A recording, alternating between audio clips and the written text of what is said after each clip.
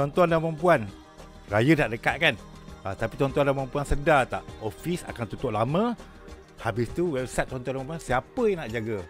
Kalau orang kontak tan cuti, website tak jawab, email tak balas, auto reply pun tak ada, customer boleh lari kot. Ini yang tuan-tuan dan puan kena buat sebelum cuti raya yang panjang tu. First kali adalah set auto reply email. Nombor 2 adalah update website dengan info cuti. Yang ketiga adalah letak kontak emergency kalau ada.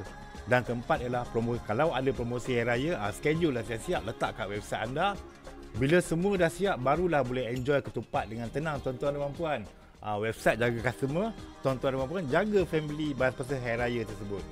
Kalau nak lagi tips-tips digital business musim raya ke ataupun web design ke, follow je saya.